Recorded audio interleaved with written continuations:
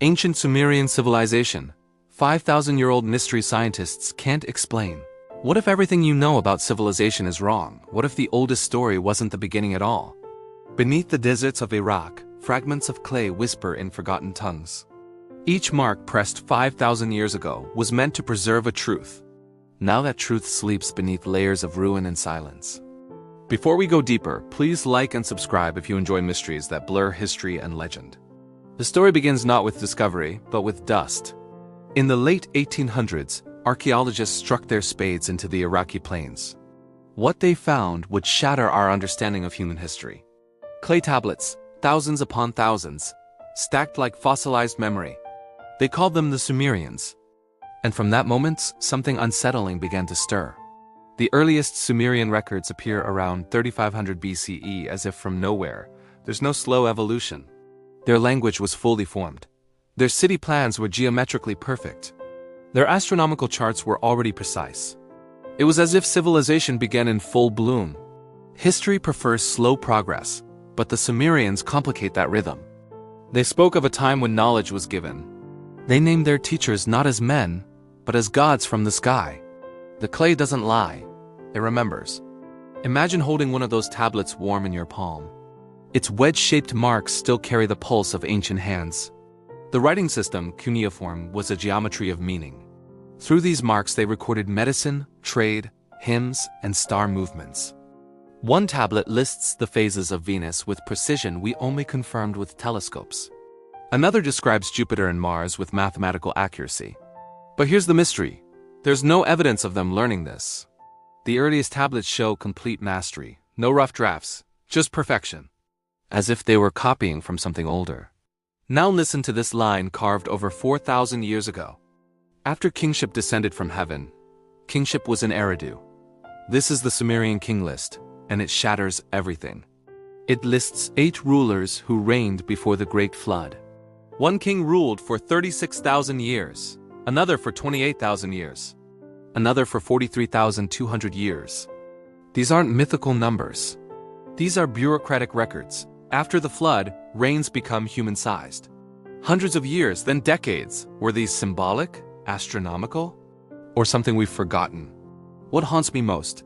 The Sumerians wrote this as history, not myth. The Sumerians didn't just look at the sky, they mapped it. Their temples faced exact astronomical points. The Great Ziggurat of Ur aligns perfectly to true north. Built 6,000 years ago.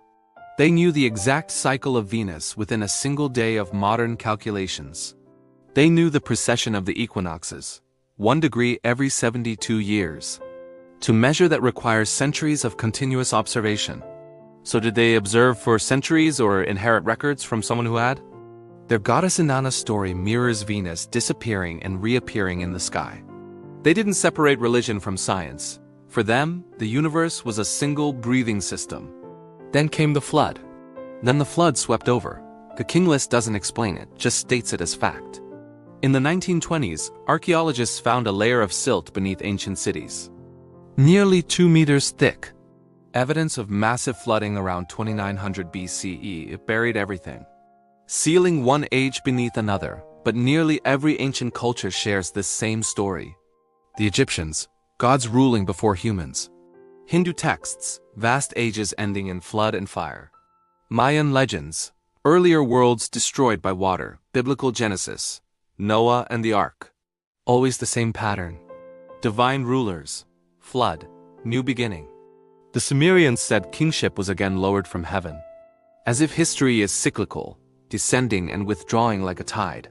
Among the ruins, archaeologists found something astonishing. Evidence of technology that shouldn't exist. Bronze tools appearing before the Bronze Age. Precise drilling on the hardest stone. Small rock crystal lenses whose purpose remains debated. In the 1930s, a terracotta jar was found near Baghdad. It contained a copper cylinder with traces of acid. Some believe it could generate electricity, a 2,000-year-old battery. The Sumerians had a word for knowledge. Me. It didn't mean learning. It meant codes, formulas, laws of order. To them, science wasn't invention, it was memory. Across thousands of tablets, one phrase recurs, Anunnaki, those who from heaven to earth came. To the Sumerians, these weren't abstract gods. They were rulers, judges, teachers who shaped humanity's fate. In ancient seals, they're depicted with wings, holding strange devices. Were these symbolic or literal? Egyptians spoke of divine visitors. Hindus told of beings from heaven. Mayans remembered teachers from the stars. Different names. Same pattern.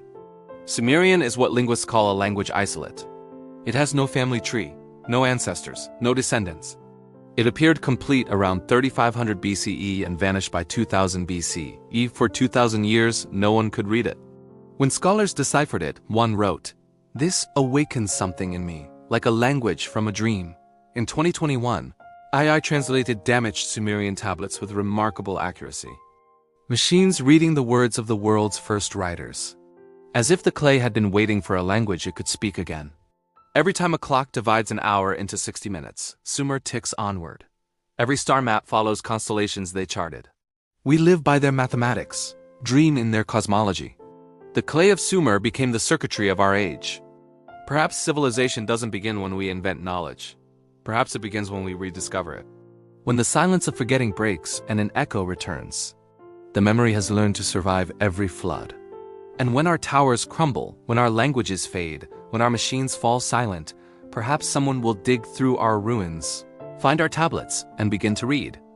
If memory can never die, then forgetting is only an illusion, and every end is merely the beginning of remembrance. What do you think? Were the Sumerians the first, or were they remembering something older? Drop your thoughts below. The tablets are still speaking. We just have to learn how to listen.